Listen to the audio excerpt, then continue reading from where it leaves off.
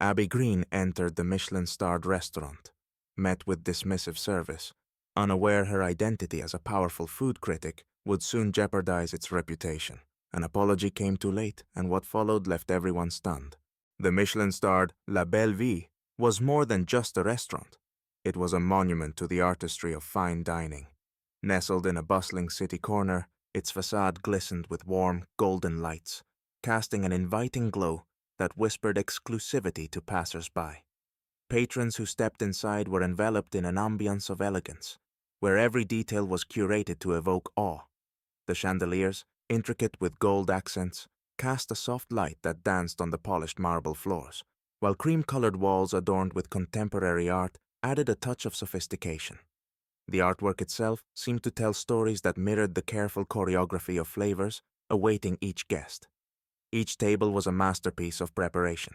Wine glasses of crystal clarity stood next to silver cutlery that gleamed under the ambient glow, and napkins were folded into perfect shapes that promised attention to even the smallest details. The air was rich with the tantalizing scent of truffle oil, seared meats, and exotic spices, blending to create an anticipation that heightened with each passing minute. In the open kitchen, chefs worked with the precision of concert musicians, their movements synchronized to create dishes that were as visually stunning as they were delicious. This evening, the dining room buzzed with the quiet conversations of business magnates, food critics, and the city's elite, all expecting an experience that transcended mere dining.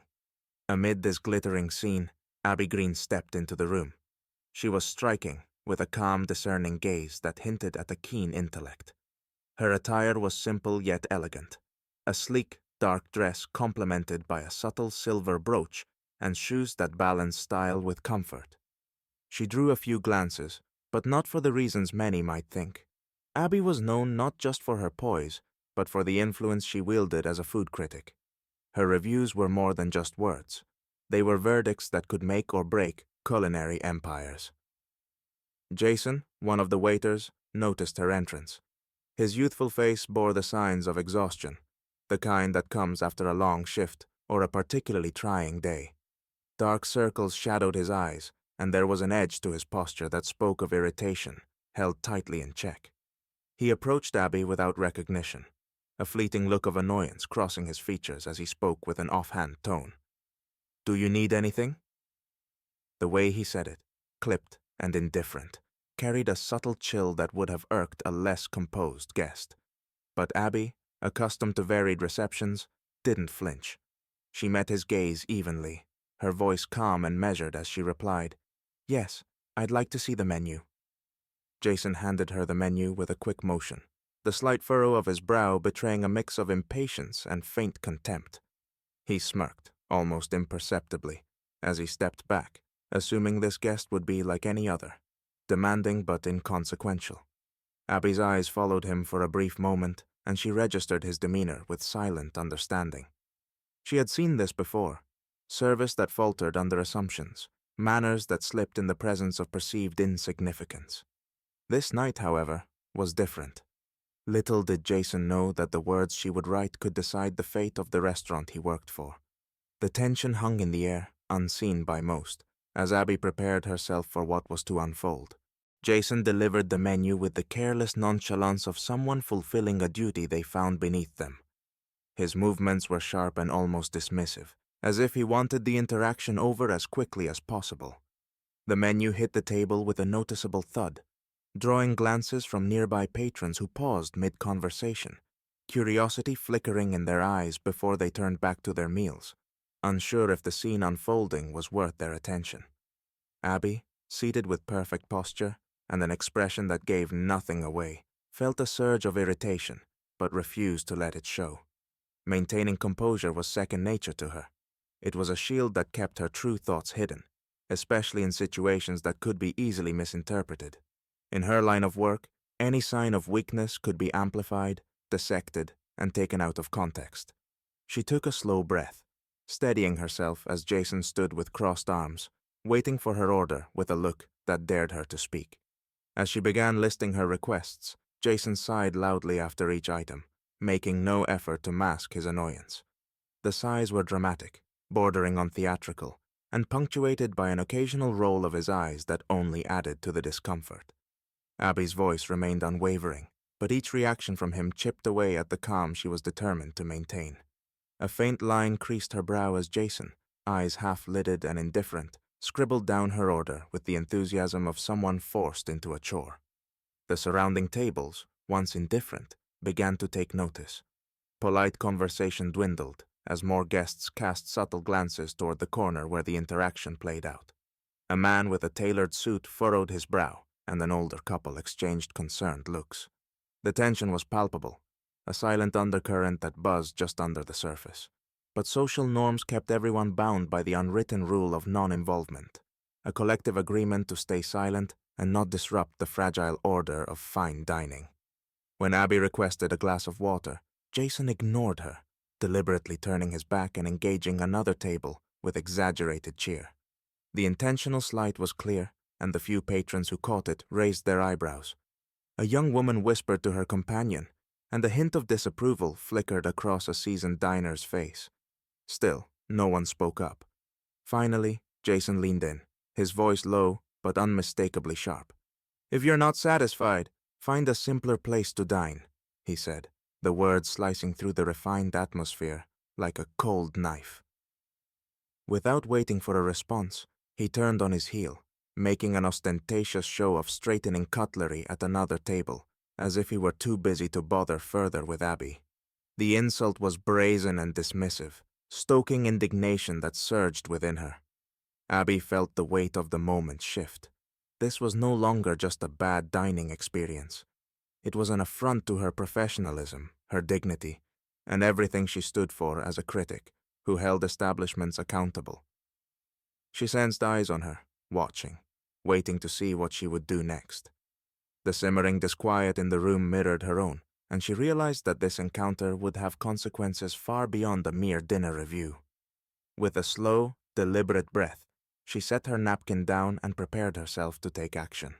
Jason's arrogance and the management's failure to correct it would soon cost more than they could imagine, and Abby was about to ensure they understood the price of their disregard. As the evening concluded, Abby slowly stood up and with a composed expression nodded to a nearby waiter, signaling her desire to speak with the manager. The atmosphere in the room grew palpably tense as regular patrons whispered among themselves, and those who had witnessed Jason's behavior waited in suspense. Carl, the seasoned manager with a neatly trimmed beard and an ever-confident stance, arrived within moments. Rarely did conflicts arise in his restaurant, and he approached expecting to resolve a minor issue. His face remained calm until he noticed Abby's expression and sensed the unease reflected in the eyes of the onlookers. "Good evening, ma'am," Carl began with an easy smile. "How may I assist you?" Abby raised her chin slightly, speaking with dignity. "Your restaurant is remarkable, Carl," she said, her voice soft but each word clear. "But tonight's service was appalling, and soon you will see why." Carl stiffened, realizing that this was far more serious than he had anticipated. He shot a quick glance at Jason, who stood a few feet away, arms crossed and feigning indifference, while his eyes darted nervously between Abby and Carl. "My apologies, ma'am," Carl started, trying to defuse the situation. "There might have been some mistake, and we will certainly—" He trailed off as Abby leaned forward slightly and spoke her name. The reaction was immediate. Carl paled, as though faced with a sudden threat to his reputation and business. He knew exactly who Abby Green was and the power her words held. Jason, who had maintained an air of detachment, tensed up. The realization that his job at La Belle Vie hung in the balance hit him hard. The words he had spoken throughout the evening weighed on him with sudden gravity. I didn't know," Jason began, trying to justify himself, but his voice was weak and shaky. Abby, maintaining her composure, met his eyes and replied with a note of iron justice in her voice. "Your ignorance is no excuse." A heavy silence fell over the room, broken only by the muffled clatter of dishes from the kitchen.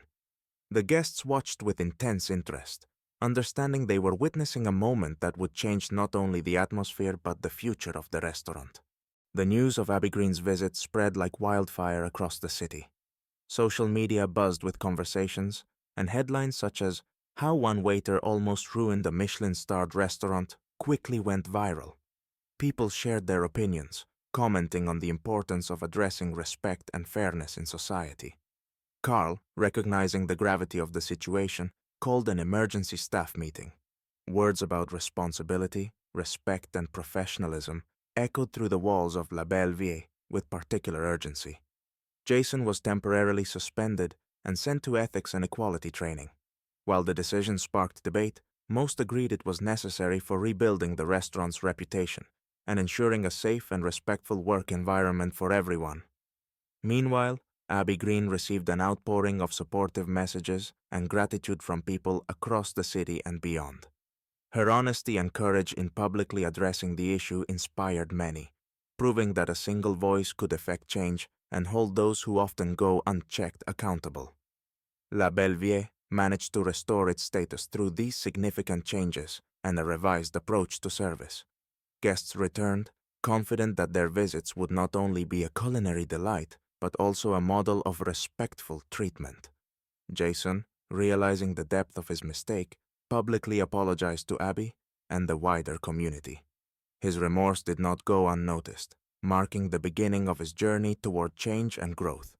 This story served as a reminder to all of the importance of respect, equality, and how one act of negligence can lead to far-reaching consequences.